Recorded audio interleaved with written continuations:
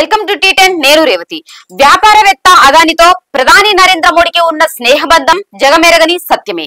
ఈ అనుబంధం అంతర్జాతీయంగా మన దేశ ప్రతిష్టను దిగజారుస్తోంది. అదాని ప్రాజెక్టులపై శ్రీలంక, బంగ్లాదేశ్ లో ఇప్పటికీ నిరసనలు మిన్నంటాయి.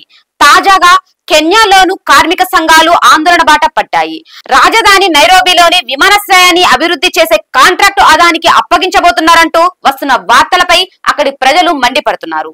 కెన్యాలో రేగిన నిరసన సెగ మన దేశాన్ని కూడా తాకవచ్చునని కాంగ్రెస్ హెచ్చరిస్తోంది. కెన్యాలోని నైరోబీ విమానాశ్రయ నిర్వహణను అదాని గ్రూప్ చేపట్టబోతోందన్న వార్తలపై ఆ దేశంలో చెలరేగుతున్న నిరసనలను కాంగ్రెస్ పార్టీ ప్రస్తావించింది. నిరసనలు భారత్ పై కెన్యా ప్రజల ఆగ్రహానికి దారితీయవచ్చునని హెచ్చరించింది. కెన్యా రాజధాని నైరోబీలోని విమానాశ్రయ నిర్వహణను గౌతమ్ అదాని నేతృత్వంలోని గ్రూప్ చేపట్టబోతుందంటూ వస్తున్న వార్తలపై కార్మిక సంఘాలు పెద్ద ఎత్తున నిరసనలు తెలుపుతున్నాయని కాంగ్రెస్ నేత జైరాం రమేష్ చెప్పారు. నైరోబీలోని నిరసనలు మన దేశానికి ఆందోళన కలిగిస్తున్నాయని ఆయన తెలిపారు. అదాని గ్రూప్ చైర్పర్సన్ గౌతమ్ అదానితో ప్రధాని నరేంద్ర మోడీకి ఉన్న స్నేహబంధం గురించి ప్రపంచం మొత్తానికి తెలుసు అని వ్యాఖ్యానించారు. ఈ నేపథ్యంలో నిరసన ప్రదర్శనలు అంతిమంగా మన దేశానికి, ప్రభుత్వానికి వ్యతిరేకంగా ఆగ్రహంగా మారవచ్చునని ఆయన అన్నారు. మన విదేశాంగ విధానం పటిష్టవంతంగా ఉండడం చారిత్రకంగా మనకు బలమని జైరాం రమేష్ చెప్పారు. అయితే ఇవాళ అదాని గ్రూప్ తో ప్రధాని కుమ్ముక్కు కావడంతో ఆ బలం సన్నగిల్లుతోంది.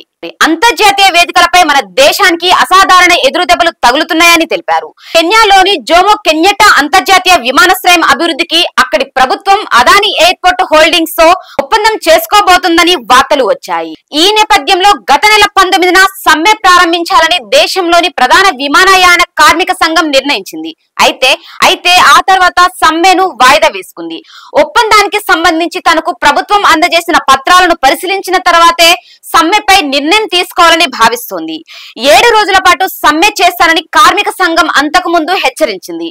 ఈ ఒప్పందం కారణంగా చాలా మంది ఉద్యోగాలు కోల్పోతారని, కెన్యాయేతర కార్మికులు ఉద్యోగావకాశాలు పొందుతారని ఆ సంఘం ఆందోళన వ్యక్తం చేసింది. ఒప్పందాన్ని రద్దు చేసుకోవాలని ప్రభుత్వాన్ని డిమాండ్ చేసింది.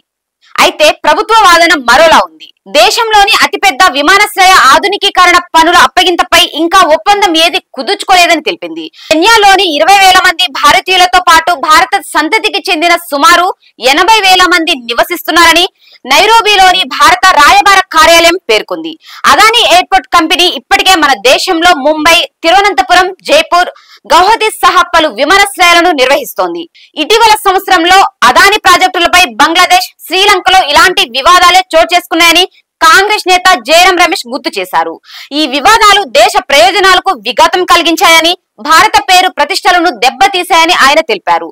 జార్ఖండ్ లో అదాని పవర్ కు చెందిన బొగ్గు ప్లాంట్ నుండి విద్యుత్ కొనుగోలుకు బంగ్లాదేశ్ ప్రభుత్వం కాంట్రాక్ట్ కుదుర్చుకున్నదని, అక్కడ పెద్ద ఎత్తున జరిగిన ఆందోళనకు ఇది కూడా కారణమేనని, ఆ ఆందోళన చివరికి షేక్ హసీనా ప్రభుత్వ పతనానికి దారి తీసిందని ఆయన వివరించారు. బంగ్లాదేశ్ అదాని పవర్ కంపెనీ నుండి జరుగుతున్న విద్యుత్ ఎగుమతులు చాలా కాలంగా వివాదానికి కేంద్రంగా మారాయి. అదాని కంపెనీ నుండి బంగ్లాదేశ్ అధిక ధరకు విద్యుత్ ను కొనుగోలు చేస్తుంది. దీనిపై అక్కడి ప్రతిపక్షాలు మండిపడ్డాయి. సాహేతుకంగా లేని ఒప్పందంపై దురుద్దేశపూరితంగా సంతకాలు చేశారని ఆగ్రహం వ్యక్తం చేశాయి. బంగ్లాదేశ్ లో 2017లో హసీనా నేతృత్వంలోని అవామీ లీగ్ ప్రభుత్వం అధికారంలో ఉన్నప్పుడు ఆ దేశానికి అదాని గ్రూప్ సంస్థ విద్యుత్ ను విక్రయించే ఒప్పందంపై సంతకాలు జరిగాయి. 2015 ఆగస్టులో బంగ్లాదేశ్ అదాని గ్రూప్ మధ్య MOU కుదిరింది. ప్రధాని నరేంద్ర మోడీ ఢాకాలో పర్యటించిన కొద్ది కాలానికే ఇది జరగడం గమనార్హం. అదాని గ్రూప్, హసీనా ప్రభుత్వం మధ్య కుదిరిన ఒప్పందంలో ప్రధాని మోడీకి ప్రత్యక్షంగా సంబంధం ఉన్నదా అని ప్రతిపక్షాలు ప్రశ్నించాయి. అయితే ఒప్పందాన్ని సవరించాలంటూ గత సంవత్సరం బంగ్లా పవర్ డెవలప్మెంట్ బోర్డు అదాని కంపెనీకి లేఖ రాసింది. గత నెలలో హసీనా ప్రభుత్వం పతనమైన కొద్ది రోజుల తర్వాత విద్యుత్ ఎగుమతులకు సంబంధించి మోడీ ప్రభుత్వం తన మార్గదర్శకాలను సవరించింది. బంగ్లాదేశ్ కు విక్రయించాల్సిన విద్యుత్ ను మన దేశంలో అమ్ముకునేందుకు అదాని పవర్ కు వెలుసుబాటు కల్పించింది. బంగ్లాలో నెలకొన్న రాజకీయ సంక్షోభం కారణంగా అక్కడికి విద్యుత్ సరఫరాలో అవాంతరాయాలు ఏర్పడే అవకాశం ఉంది. ఈ సమస్య నుండి అదాని పవర్ ను గట్టెక్కించేందుకు ప్రభుత్వం మార్గదర్శకాలను జారీ చేసిందన్న విమర్శలు వినిపించాయి. శ్రీలంకలోని మన్నార్ జిల్లాలో అదానికి చెందిన పునరుత్పాదక ఇంధన ప్రాజెక్టులు కూడా వివాదంలో చిక్కుకున్నాయి.